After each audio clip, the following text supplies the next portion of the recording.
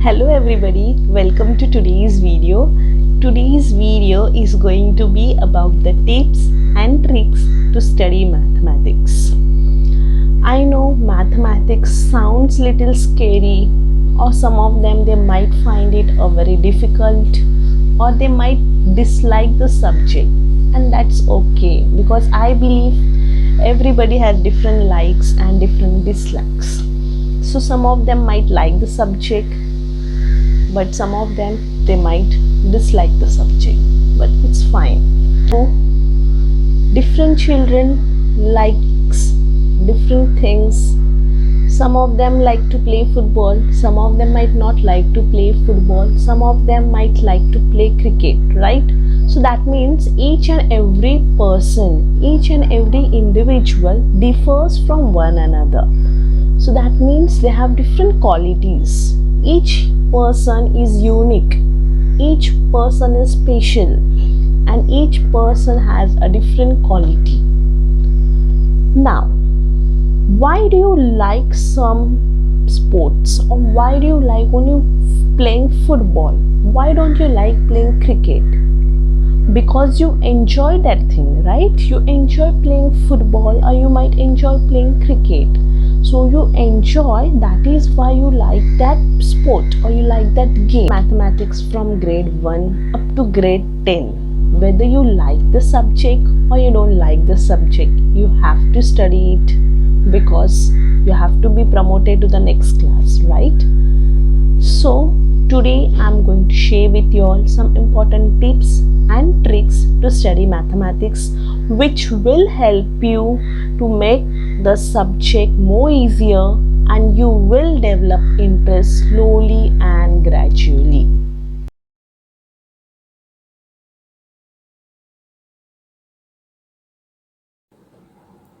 Tip number 1, start enjoying the subject. Now I know you all might tell, if you don't like, how can we enjoy, right? See children, when we were small, we explore different things, right? When you explore, you come to know what you like and what you don't like. At least when you explore, that means you have to give one try. When you give a try to certain thing, you come to know what you like and what you don't. At least you come to know where do you stand, right? So that is why. Now, we like certain things. It's not from birth we like, right? We discover by the growing age. For example, you might like playing football. Now, you were not born playing football, right? You went to play. First day, you might not know how to play football. Second day, you gave a try to play football. Third day, you might have done certain mistakes, but you learn from those mistakes, right? Same is for maths.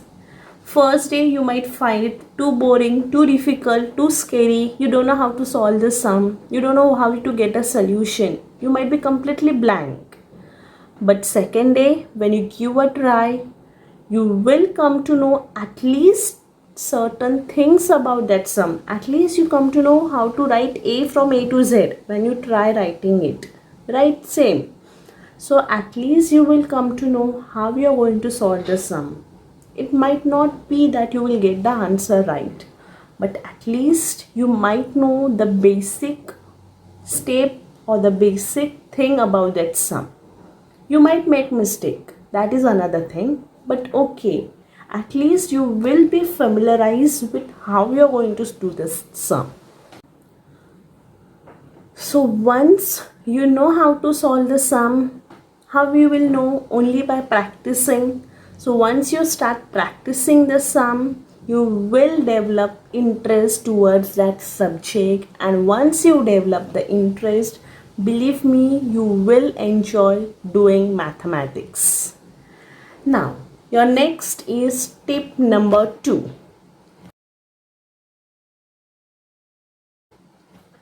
Don't do the sums orally. Now I know there are many children who do the sum orally. How they do the sum orally? They will just see, okay, this is the thing, okay, now it's done. No children.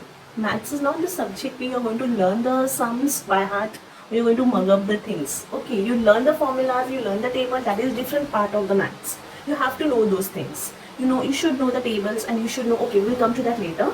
Okay, now first let's see what we are going to do. If you mug up the sums, what's going to happen in exam? You will not get same kind of numbers. The sum might be same.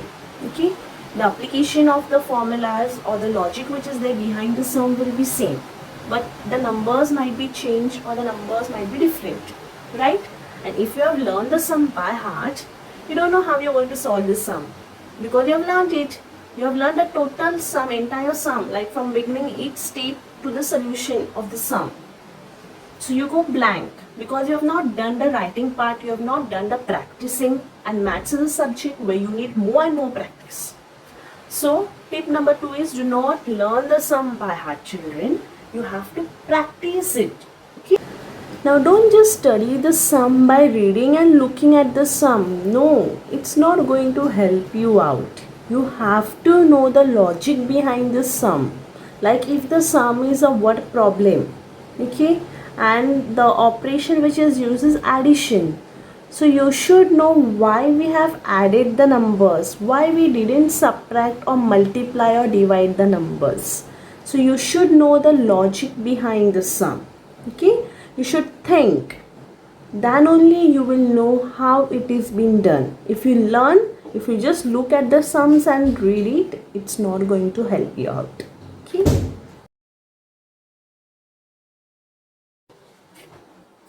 Tip number 3, practice and practice and practice. Maths is a subject which needs more and more solving. You have to practice the sum not once, twice, or at least you have to do the sum for 5 times. Each sum should be done 5 times. Then only you will be thorough with the sum. Okay, what happens when you solve the sum? You're solving the sum, that means you're using your brains, you're using your mind, right?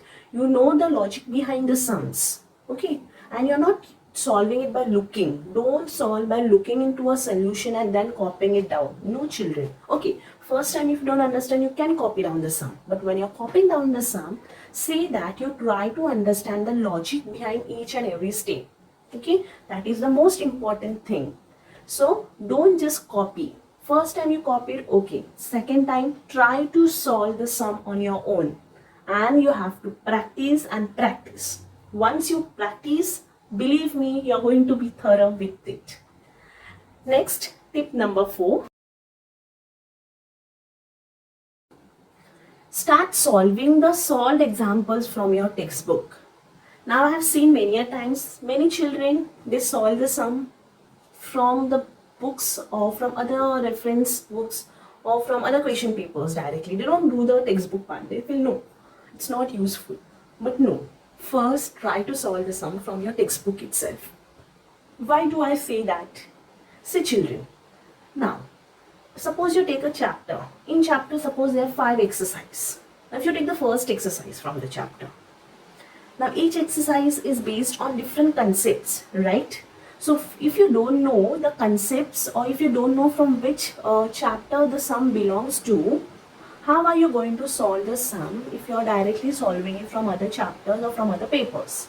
Because you're not well versed, or you're not aware about the chapter. You're not knowing from which chapter has the sum been asked. So for that reason, you should know the chapter. Now, when you start solving the sum from the textbook, say that you first start solving the simple sums. Why? Because if you don't know how to solve the sums, and if you take a difficult sum, you might not get the answer and it might discourage you. Okay? It might, like, you might feel that no, it's not right, so I can't do it. It will not motivate you, in short. So that is why start solving with the simple sums. It will help you to motivate. It will encourage you, because if you, when you are solving the sum and if you get the answer right, if you get the solution right, then what happens? You become happy. Oh wow, I did the sum. Was not able to solve the sum. You don't know how to solve the sum and you got the answer right. So just imagine how happy you will be, and it will motivate you. It will develop interest in you. Right? So start solving it by simple sums, and then gradually, once you are well versed with the sum, you can move to the complex sums. Okay, my next tip is you should try to complete one chapter at one time. Don't just rush doing multiple chapters at one time. I have seen some of them, they do one exercise from chapter 1, second exercise from chapter 1, third exercise, like they take one exercise from each chapters. No children, that is a very wrong way of solving the sums. If you want to be thorough with the sums, first try to complete only one chapter at one time. Now don't just rush completing the portion, no. First, try to solve first exercise. After you finishing solving first exercise, you know now you are well versed with it, then you proceed to the next exercise. If you are not thorough with the first exercise, children, don't move to the second exercise. Try to understand the first exercise, because each chapter and each exercise have different concepts, different formulas, different logic. So you have to understand the concepts from each exercise. Okay? Then second thing, once you are fair enough to solve the sums, once you know how to solve the sums from that exercise, try to solve or try to give a test. Okay? Give a test and try to solve the sums. Next tip is, see that you have a good solution book. Okay, it might be a digest, it might be a reliable, whatever it is. See that you have a solution book. Now, why do you need a solution book? Of course, not to copy. See, now when you are solving the sums, now everybody doesn't have someone who can help them in solving the sums. I can understand. Some of them, they might have their parents, they have their sisters, friends who might help them. But it's not possible for everyone. So that is why say that you have a solution book which will help you to know how to solve the sum. But don't copy it. Again, I am repeating, don't copy the sum. Okay. Now, when you are solving the sums, if you don't know how to solve the sum, don't leave the sum and go and think, okay, this sum I don't know, I will do it later. Chalo, let it be. I will do it later. No. If you don't know the sum, stop there itself. Open the book, open the solution book, see how the sum is being solved, try to understand it, and then close the solution book and try to solve it by yourself. Okay? You will know how much you are able to understand by looking into the solution and trying to understand. At least you will know the first step of the solution, believe me. Even if you don't know how to solve the sum, you will at least understand how to do or how to start the sum. Okay? So don't leave the sum and go ahead. Try to do it. Once you do the sum, then you proceed to the next sum. Next tip, learn the tables. Children, it is very important to learn the tables up to 15. I know there are some children, if you ask them what is the table of 15, even if you ask a child from grade 10 or grade 9 to say the table of 15 or table of 14, the child is not able to tell me the answer. So children, it's important that you should know the table of, like the table up to 15. So if you know the table up to 15, you will find maths very easy comparatively. Okay, you're not going to waste your time multiplying and getting the answer. That is the first thing. Okay, then second thing, your grasping power will be more powerful.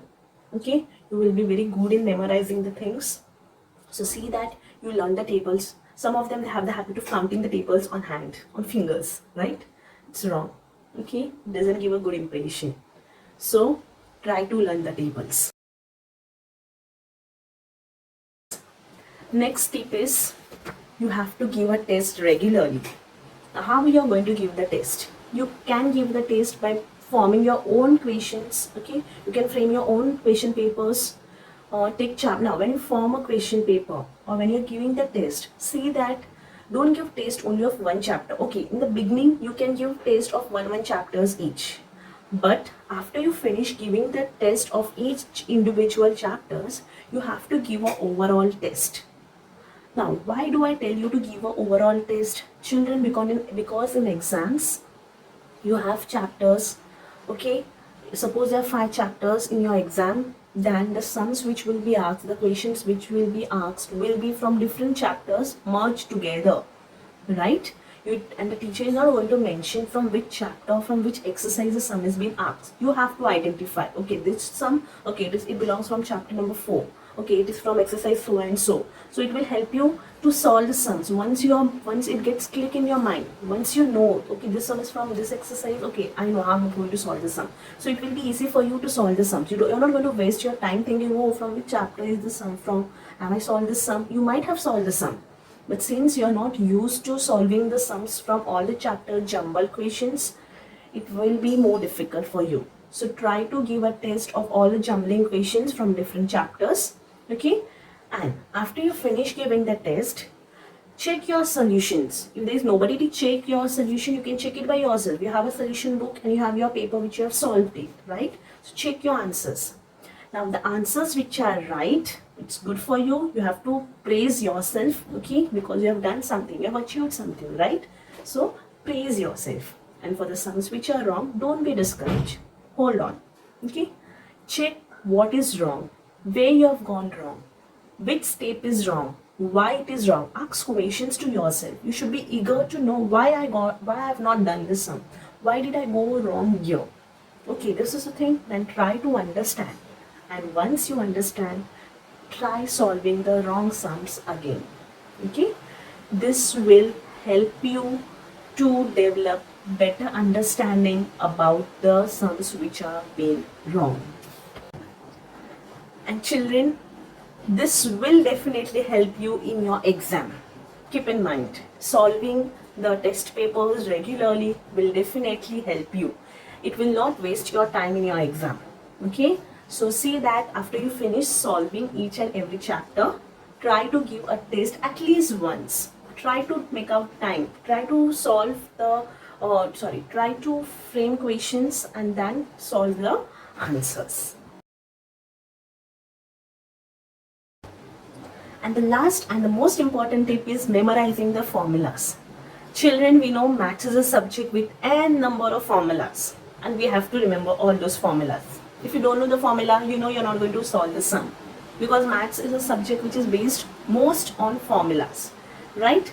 So you have to memorize the formulas. So now, how are we going to memorize the formulas? What you can do, you can take a stick notes, you get stick notes, or you can take a piece of paper, write the formulas according to the chapters. For example, chapter 1 has stain formula, so write chapter 1 and make a list of all the formulas which are included in the chapters, okay? And then stick that list or stick that note on your study table, or you can stick it on a place where you spend most of the time in your house. And this will help you in your exam, because in your exam time, okay, if you get a sum and okay, you will I have seen this formula, it will help you to register, it will help you to recollect it quickly. So try to do this. So I hope so my today's video will be helpful for you, definitely. And if you like my video, please do like, share and subscribe. Bye, take care.